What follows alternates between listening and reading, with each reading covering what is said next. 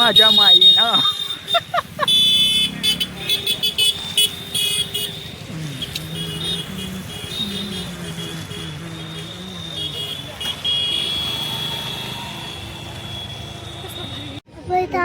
बोललो तिथं पाऊल पडेल खाली आलं तिथं.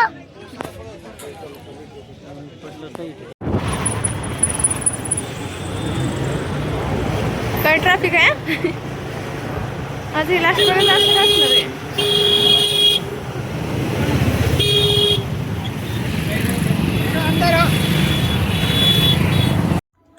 आजचा जो ब्लॉग आहे ना तो तुम्हाला बघायला पण ना खरंच खूप आनंद वाटेल, कारण ना आज तेवढा आम्ही एन्जॉयच केलेला होता. पण त्याच्या अगोदर ना आम्ही इकडं मंदिरामध्ये गेलो होतो.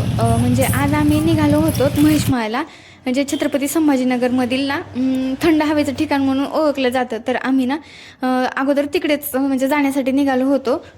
पण तिथंच जाताना म्हणजे गिरजादेवी माता मंदिर लागतं, तर म्हणून म्हणलं की मग अगोदर मंदिरात जाऊ आणि दर्शन घेऊ आणि नंतरच ना आपण पुढं महिषमाळला जाऊ म्हणून. तर इकडं अगोदर मस्त म्हणजे सगळ्यांनी दर्शन घेतलं आणि नंतर ना आम्ही महिषमाळला गेलो. पण तिथं गेल्यावर ना अगोदर सगळ्यांनाच भूक लागली होती, कारण जेवण काही केलेलं नव्हतं. तर मग अगोदर खाऊन घेतलं, कारण त्यांच्या दोघांचा तर आज उपवास होता आणि आम्ही बाकीचं थोडं खाऊन घेतलं. आणि नंतर ना आम्ही हे व्ह्यू एन्जॉय करायला आलो होतो इकडं. हे इथं ना अरे बाप काय काय व्ह्यू आहे.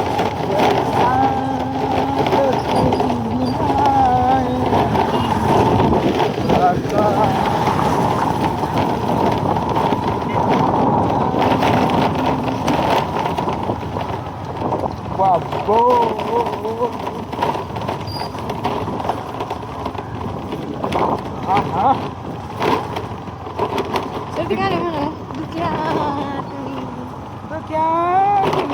काय दिसत ते नाही हो.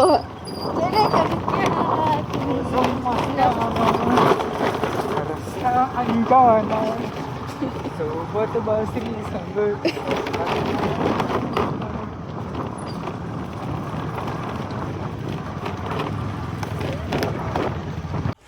इथे ना खरंच खूप एन्जॉय केला बरं का आज. आणि खरंच म्हणजे खूप दिवसातून असं वाटत होतं की ते पिंजऱ्यामध्ये अडकलेले पक्षी कसं म्हणजे उडताना तेव्हा त्यांना जेव्हा आनंद होत असेल ना तेवढा तितकाच आम्हालाही आनंद झाला होता.